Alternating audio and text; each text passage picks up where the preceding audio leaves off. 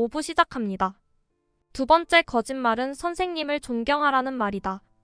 고졸자들은 보통 초중고 12년 동안 70에서 100명 정도의 교사를 만나게 되는데 고3 학생 1084명에게 존경하는 교사가 몇 명이나 되느냐고 물었더니 46%는 한두 명, 34%는 셋네 명, 8%는 5-6명, 7%는 없다고 대답했다는 통계가 있다. 이게 무슨 소리냐 하면 중학교와 고등학교에 다니는 내 딸들이 존경할 만한 교사를 만날 확률은 10%도 안 된다는 뜻이다.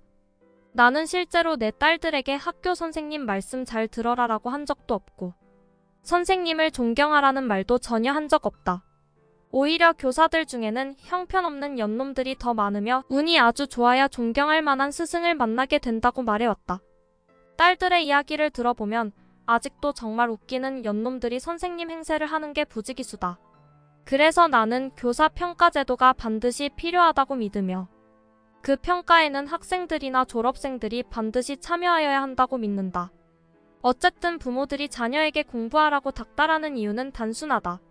일반적인 봉급 생활자보다 돈을 더 잘 버는 전문 직업을 가지려면 갖가지 자격시험을 잘 치러야 하므로 공부를 잘해야 하고 좋다는 직장 역시 좋은 학교를 나와야 들어갈 수 있기 때문이다. 물론 학교 공부 자체를 잘한다고 해서 또는 오래 공부하였다고 해서 경제적 수입이 언제나 정비례하는 것은 전혀 아니다. 가르치는 일이나 연구로 밥 먹고 사는 선생, 교수, 연구원 같은 사람들을 제외한다면 학교 공부 자체는 돈을 버는 게임을 수행하는 것과 어느 정도나 관계가 있는가? 순전히 내 개인적 생각이지만 고등학교까지의 교과 과목들에 대한 나의 평가는 아래와 같다. 국어 논리력, 발표력, 글쓰기 등의 능력 개발에 대단히 중요하다. 그러나 다른 과목들도 그렇지만 학자가 되는데 필요한 내용들도 많다. 강남 갔다 돌아온 제비를 무조건 조국의 광복으로 외워야 하는 교육은 거지발사계보다도 더 못하다. 수학 논리력을 키워주지만 1차 방정식과 간단한 기하 지식 정도 이외에는 돈 버는 게임과 별 관련이 없다. 연관 과목의 학자나 엔지니어가 될 지극히 일부 학생들을 제외하면 고교 때 열심히 공부한 수학의 정석 시리즈는 삶 속에서 부딪히는 문제들을 해결하는 데 전혀 도움이 되지 않는다. 영어 못하면 돈 벌 기회가 많이 줄어들며 해외여행도 단체 관광으로만 다니게 된다. 하지만 영어를 가르칠 만한 자격을 가진 교사의 수는 아주 한정되어 있다. 대부분은 무조건 외워라라고 가르치며 자기 돈으로 자기 실력을 늘리려 하기보다는 국가에서 교육을 해주어야 한다고 생각하는 교사들도 있다. 제2외국어 영어보다는 제공하는 기회의 폭이 좁다. 과학 실험을 많이 한다면 과학적 사고를 증가시키는 데 도움이 되지만 그 분야에 종사할 사람들 이외에는 큰 도움이 안 된다. 그러나 전기, 전자, 물리, 화학에 대한 기초 지식은 쓸모가 종종 있다. 하지만 어느 중학교의 닭대가리 과학교사는 학생들에게 교과서 단원목 차만 4시간 동안 외우게 한다. 국사 한국인 혹은 애국자가 되는데 필요할 수도 있다. 세부적인 내용들은 졸업 후 다 잊어버릴 것에 지나지 않지만 그래도 외워야 점수가 나온다. 세계사 역사는 결국 경제적 이득을 위한 투쟁으로 이루어져 있음을 배우게 된다. 역사가 어떻게 흘러왔는지를 배우면 좋지만 시시콜콜 외워야 할 필요가 있는 것은 아니다. 도덕, 윤리 이런 것은 배운다고 해서 자동 실행되는 것이 아니다. 사회인간과 사회를 이해하는 데 도움이 된다. 이건 역시 암기할 것들이 많지만 곧 다 잊어버리고 말 것들이다. 미술, 음악, 체육 어느 미술교사는 자기가 가르쳐준 방식대로 그리지 않으면 점수를 주지 않는다. 어느 음악 선생은 이론을 장황하게 설명하고 그것을 외우게만 한다. 어느 체육 선생은 비 오는 날이면 학생들에게 필기를 엄청 시킨다. 나는 그런 교사들의 머릿속을 해부해 그 안에 뭐가 있는지 보고 싶다. 교장, 교감, 교육감 등등 이 사회가 얼마나 위선적인지를 배울 수도 있다. 나는 고교 졸업 후 몇 년도 못 가 잊어버릴 내용들은 배울 필요가 없다고 믿는 사람이다. 하물며 1년도 못 가 까맣게 잊어버릴 내용들을 기초 학력의 증대니 국민교양의 토대니 하는 명분으로 강제로 가르치는 정책은 정말 쓰레기통에 처박아야 한다고 믿는다. 배운 사람이나 안 배운 사람이나 1년 후에는 똑같은 상태를 보일 텐데 그걸 가르치는 이유는 또 대체 무엇일까? 그 어느 나라 교육계에도 기득권층이 있다. 예를 들어 어떤 과목을 고교 과정에서 학생들이 임의로 선택하는 과목으로 선정하려고 할 때 가장 반대가 심한 집단은 당연히 그 과목을 전공한 학자들이거나 교수들일 것이다. 당연히 그들은 그 과목이야말로 학문의 기초이며 고교생이라면 반드시 알아야 하는 과목이라고 침을 튀기며 강조할 것이다. 마치 그것을 안 배우면 삶의 질은 물론 국민의 교양이 떨어지게 되는 양 말이다. 결국 기득권자들의 입김에 그 과목은 고교 과정에서 여전히 강제적으로 배워야 하는 필수 과목으로 남게 된다. 내가 감히 말할 수 있는 것은 고교 과정에서 학생들이 배우고 있는 대부분의 과목들은 그 과목과 관련된 분야로 진출하지 않을 99%의 학생들에게는 그 10분의 1만 배워도 충분한 내용들이라는 것이다. 즉 0.01% 미만의 학생들이 그 과목을 전공하게 되고 바로 그 극소수를 가려내고자 기득권자들은 모든 학생이 그것을 배워야 한다고 입에 개거품을 문다.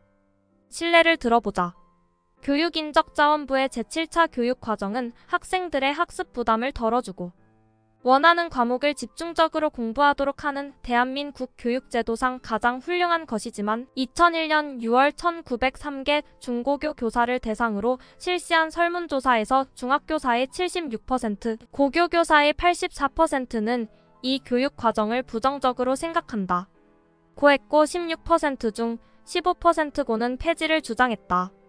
심지어 전교조 교사 만여 명은 반대 투쟁까지 벌였는데 그들의 반대 이유는 현장 실정을 무시했으며 교직의 미래를 불안하게 한다. 는 것이었다. 학생들에게 불리한 제도이기 때문에 반대한 것이 아니라 자기들 입장에서 불리하기 때문에 반대하였다는 말이다. 이게 대다수 교사들이다. 그렇다면 대학은 어떨까? 한국에서 졸업 후 경제적 대가를 받는 직업을 가지려는 사람들에게 대학에서의 전공 과목은 무슨 의미가 있을까? 그것을 배우지 않은 사람들보다는 조금 낫지만 대부분은 졸업 후 사회에서 새로 배워야 한다. 왜 이런 일이 생겨나는 것일까?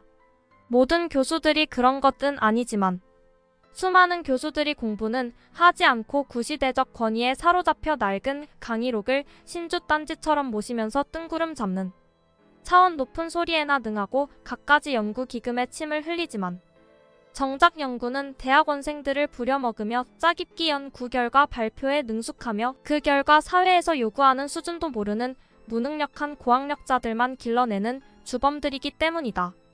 잠시 옆길로 나가자. 대학에 대한 나의 혹평에 대하여 혹자는 이렇게 말할지도 모른다.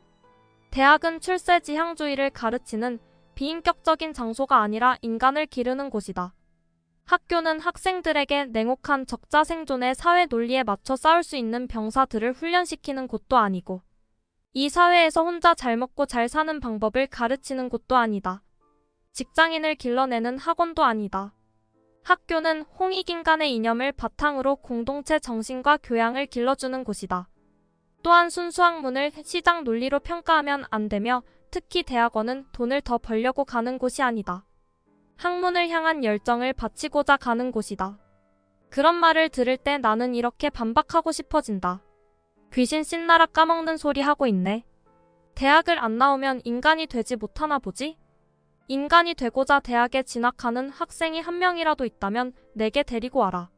너 직업이 교수지? 언제나 실력 없는 교수들이 그런 말을 그림같이 늘어놓는다는 것을 내가 안다. 학교에서 인간을 길러? 대학이 무슨 청학동 서당이냐? 학연과 연줄로 줄줄이 엮여있는 그 집단에서 인간을 길러? 연구비 한 푼이라도 더 타다가 연구는 뒷전으로 미루고 자기 호주머니에 집어넣으려는 놈들이 뻔히 있는데? 학문을 향한 열정? 아이고 장하다. 그래서 우리나라 대학들이 그렇게 세계적으로 수준이 열등한 거냐? 한번 강단에 발을 넣으면 99%가 그 교수직을 평생 유지하는 해병대 논리를 고수하여 왔던 집단이 무슨 홍익인간이니 뭐니 개소리냐. 순수학문을 시장 논리로 평가하면 안 된다고? 맞다. 하지만 이것 하나는 기억해라. 허버트 스펜서는 19세기 말 영국의 인문주의 교육을 장식 교육이라고 통렬히 비판했다는 사실과 내가 순수학문이라고 주장하는 것들이 그 시대의 인문주의 교육이 나 별다를 게 없다는 것을 말이다.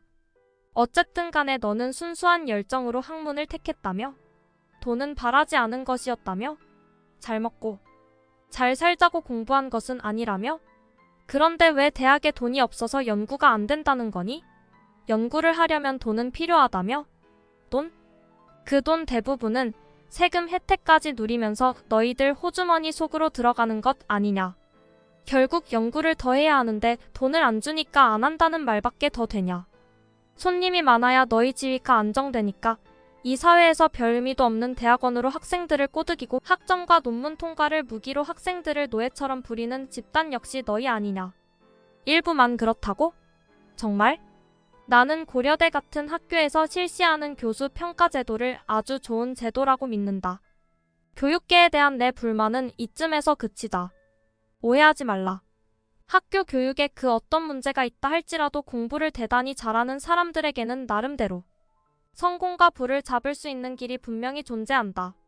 아니, 부자가 되지는 못할 수 있어도 적어도 가난에서 분명하게 탈출할 수는 있다. 첫째, 이 사회로부터 기회를 얻느냐 못 얻느냐 하는 갈림길의 방향일 다는 학력과 학벌에 의하여 결정되기 때문이다. 이를 배워 독립을 하려면 우선 어떤 조직이나 정보 공유 집단 속에 들어가야 하는데 학력이 너무 낮으면 그 문턱에 접근조차 하지 못하는 경우가 허다하다. 초등학교만 나온 어떤 사람이 고생 끝에 거대한 전기회사를 설립하였고 사원 모집 광고를 냈다. 초등학교만 나온 다른 사람이 사장 역시 초등학교만 나왔다는 사실에 용기를 얻어 그 회사에 입사 지원 원서를 냈다. 하지만 서류에서 불합격 처리되었다. 이에 화가 난 그는 회사 사장을 방문하여 항의하였다. 저는 초등학교만 나왔습니다. 사장님도 그렇지 않습니까? 사장은 이렇게 말하였다. 나는 초등학교만 나온 사람을 무시하는 것이 아니다. 나는 사람의 능력이 학력과 비례한다고는 생각하지 않는다. 그러나 당신에게 능력이 있는지 없는지, 당신이 에디슨인지 아닌지를 판가름하고 기다릴 시간이 나에게는 없다. 시간을 절약하기 위하여 결국 우리는 1차적으로 검증된 사람을 채용할 수밖에 없다. 한국에서만 이런 것이 아니다. 전 세계 어디서나 인류 대학을 나오면 이른바 좋은 직장을 얻을 수 있다. 기득권 사회에서 학벌을 중시하는 이유는 그것 말고는 일을 잘할 수 있는지의 여부를 판가름할 방법이 없기 때문이다. 다시 한번 강조한다. 학교 교육을 무시한다면 사회로부터 일을 배울 수 있는 기회가 주어지지 않아. 확률적으로는 실업자가 될 가능성이 더 크다. 그러나 명심하여라. 학교에서 뭔가 배우지 못했기 때문에 무식해서 기회를 놓치게 되는 것이 절대 아니고 학벌과 학력 이외에는 달리 사람을 판가름할 만한 방법이 없다 보니 기회를 놓치게 된다는 것을 말이다. 한때 여러 회사에서 신입사원을 능력만 보고 채용하겠노라고 선언하였지만 도대체 그 능력이란 것은 일을 시켜보지 않으면 알 수가 없기에 결국은 다시 학력과 학벌을 보는 쪽으로 되돌아갔다는 점도 기억하여라. 둘째, 인류대 졸업자가 되면 일단은 고졸자보다 인건비를 더 많이 받을 수 있는 기회가 주어진다. 예를 들어보자. 막노동꾼이었던 장승수. 그는 어려운 가정에서 태어나 일찌감치 대학을 포기하고 술집과 당구장을 오토바이로 누비며 싸움꾼으로 고교 시절을 보냈다.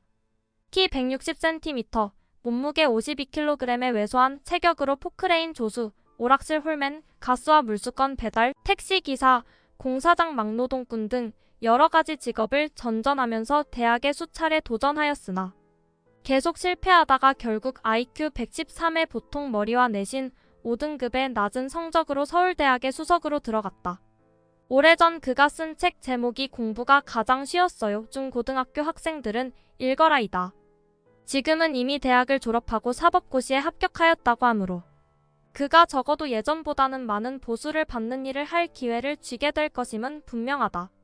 미국에서도 매사추세츠 공과대 MIT 프랭크 레비 교수의 연구 결과에 따르면 25에서 34세의 남성 노동자 중 대졸자와 고졸자 간 소득 격차는 98년 50%로 벌어졌다.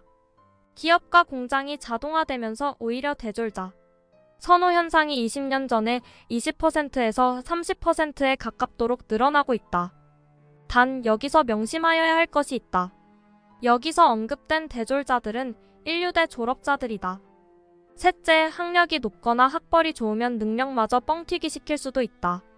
예컨대 수년 전 어느 고교 졸업자가 화려한 학벌과 경력의 경제분석 전문가로 위장하여 책도 몇 권 쓰고 TV에도 등장하고 재벌 회장들에게 정기 브리핑까지 하면서 유명인사가 되었으나 모 기업체에 스카우트되는 과정에서 우연히 학력이 들통난 사건이 있었다. 재미있는 사실은 몇 년 동안 그의 주변에 호화로운 학벌과 학력 소지자들이 즐비하였건만 아무도 그의 말에 이의를 달지 않았다는 점이다. 이게 세상이다. 능력이 있어도 학벌이나 학력이 없으면 인정받기 힘들며 능력이 없어도 학벌이나 학력이 있으면 일단은 숨을 수 있다. 넷째, 학력이 높고 학벌이 좋을수록 인맥 형성이 손쉽다. 기업체에서 원하는 사람은 수익을 창출해내는 사람이고 문제 발생 시 해결할 수 있는 능력의 소지자이다. 학벌이 좋으면 어떤 문제가 발생하였을 경우 사회 전반에 퍼져 있는 친구들의 도움을 받기가 쉽다. 이것은 사업이나 장사를 할 때도 마찬가지이다. 미래 지도자 양성을 교육 이념으로 삼고 있는 미국 하버드 대학에서 신입생을 뽑을 때 지역과 인종을 고려하는 이유 역시 학생들이 서로의 다양성을 배우고 졸업 후 서로의 경험을 공유하도록 하는데 목적이 있다. 즉, 휴먼 네트워크가 자연스럽게 형성되게 되는 것이다. 특히 고등학교는 그런 의미에서 매우 중요하다. 어떤 이득을 위해 만들어진 친구 관계가 아니라 말 그대로 우정이 형성되는 시기이기 때문에 세월이 흐른 뒤 만나도 거리낌이 없다.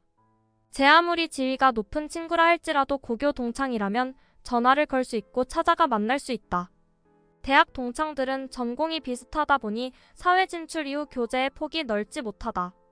전 세계 어느 나라에서건 학부모들이 자녀를 인류 중고등학교에 보내려는 이유가 바로 거기에 있다. 외국에서 고등학교와 대학을 나오게 되면 한국에서의 인맥은 아주 약하게 된다. 빌 게이츠가 마운트 위트니 고등학교 학생들에게 연설한 것으로 잘못 알려진 인생의 법칙 11가지 중 마지막 법칙, 공부만 하는 바보를 잘 대해라. 나중에 그 바보 밑에서 일하게 될 가능성이 높으니까라는 말은 그래서 진리이다. 다섯째, 공부를 잘한 사람들은 그들이 배웠던 것들이 쓸모가 있건 없건 간에 적어도 학습 능력만큼은 인정받는다. 학벌과 학력이 화려하면 집단 내에서 지위를 획득하는 데도 유리하다. 내 경영 경험에 비추어 보더라도 하버드나 스탠퍼드 출신의 경영학석 MBA들은 정말 똑똑했다. 그들이 좋은 학교에서 배웠기에 똑똑해졌다는 말은 아니다. 똑똑했기에 좋은 학교에 갈 수 있었고 바로 그 사실 때문에 학벌이 사람을 가늠하는 척도가 된다. 기억해라. 일자리를 주는 집단에서의 1차적 잣대는 학력과 학벌이다. 가난에서 탈출하여 경제적으로 잘 살고 싶고 공부에 소질이 있으면 반드시 인류대에 들어가 돈과 관련된 분야를 공부하고 환경이 허락한다면 공부를 더욱더 오래 많이 해서 그 분야에서 최고의 학력과 학벌을 갖추어라. 이 사회에서 학력과 학벌로 최고의 대우를 받으려면 공부의 영역에 있어서 반드시 극상위층에 속하여야 한다. 그 계층에 속하여 파워 엘리트가 되어라. 그렇게 한다면 연봉을 남들보다 몇 배 이상 받을 수 있는 길이 분명 존재한다. 전문직을 꿈꾸는 사람들 역시 공부를 잘해서 좋은 학력과 학벌을 갖는 것이 일단은 유리하다는 사실을 잊지 말아라. 그렇지만 명심해라. 좋은 학력과 학벌을 갖고 있다는 것은 첫 출발점에서 폼나게 설 수 있으며 가난에서 쉽게 탈출할 수 있다는 뜻이지 자동으로 부자가 되는 길이 열리지는 않는다는 것을 말이다. 왜냐하면 그 출발점에는 비슷한 학력과 학벌 소지자들이 다 같이 경쟁자로 서 있기 때문이다. 당신이 고등학교나 대학에서 공부를 잘하지 못했다고 해서 실망할 필요는 결코 없으며 창피해할 필요도 없다. 우선은 내가 위에서 고등학교까지의 교과목들에 대하여 어떻게 평가하는지를 다시 한번 살펴보아라. 내가 말한 정도만 알고 있어도 살아가는 데는 아무 지장 없으며 학벌이나 학력 이외의 방법으로 부자가 되는데 역시 전혀 어려움이 없다. 천재 앞에서 주눅들지 말라. 전공은 실전에서 어떤 의미가 있는가? 학력이나 학벌이 빈약한 경우 어떻게 해야 하나? 70쪽 참조. 법칙 1. 공평하지 않은 게 인생이다. 이것을 기정사실로 받아들여라. 보통의 10대들은 하루에도 6번은 공평하지 않잖아라고 불평하는데 실은 부모에게서 배운 불평이다.